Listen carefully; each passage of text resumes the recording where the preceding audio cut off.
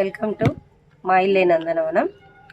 ఈరోజు మేము ఒక కొత్త మొక్క నాటబోతున్నాం. దీని పేరు బిర్యానీ ఆకు.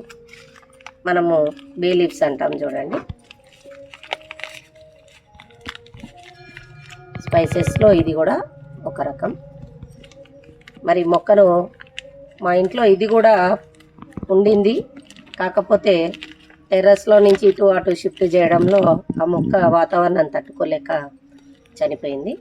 మళ్ళీ దాని ప్లేస్లో ఇంకొక కొత్త మొక్క నాటాలనే ఉద్దేశంతో తీసుకొచ్చాము. తెచ్చి కూడా 2 monthsగా వస్తుంది. చూడండి, వీటి లీవ్స్ చూడండి, వీటి స్ట్రక్చర్. అంటే ఇది ఒక గుబురు వేరు వ్యవస్థ. దీనిలో నుంచి వేర్లు కూడా భూమిలోకి వచ్చేసినాయి. ఇంకా నాటే సమయం వచ్చింది అనే ఉద్దేశంతో ఈరోజు నాటడం జరుగుతుంది.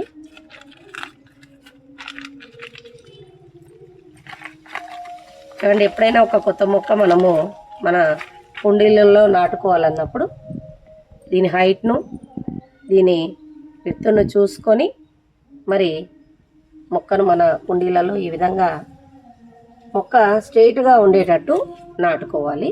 ఎందుకంటే మనము కొద్ది క్రాస్గా నాటినా అది పెరగడం అనేది క్రాస్గానే పెరుగుతుంది.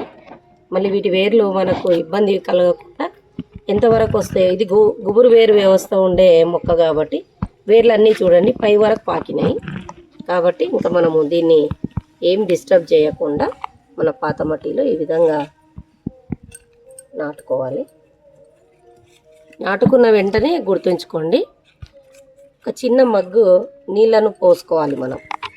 సరే, వాతావరణం చల్లగా ఉంది, రెయినీ సీజనే కదా అని అనుకొని మొక్కను నాటి వదిలేయడానికి వీల్లేదు. ఎందుకంటే కొద్దిగా వాటర్ ఇచ్చినట్టయితే దానికి జీవశక్తి అనేది తిరిగి వస్తుంది. కాబట్టి మొక్క నాటుకున్న వెంటనే ఒక మగ్గు వాటర్ని మొక్కకి ఇవ్వాలి. ఇది చూడండి, బిర్యానీ మొక్క, బిర్యానీ ఆకు మొక్క. థ్యాంక్ యూ అండి.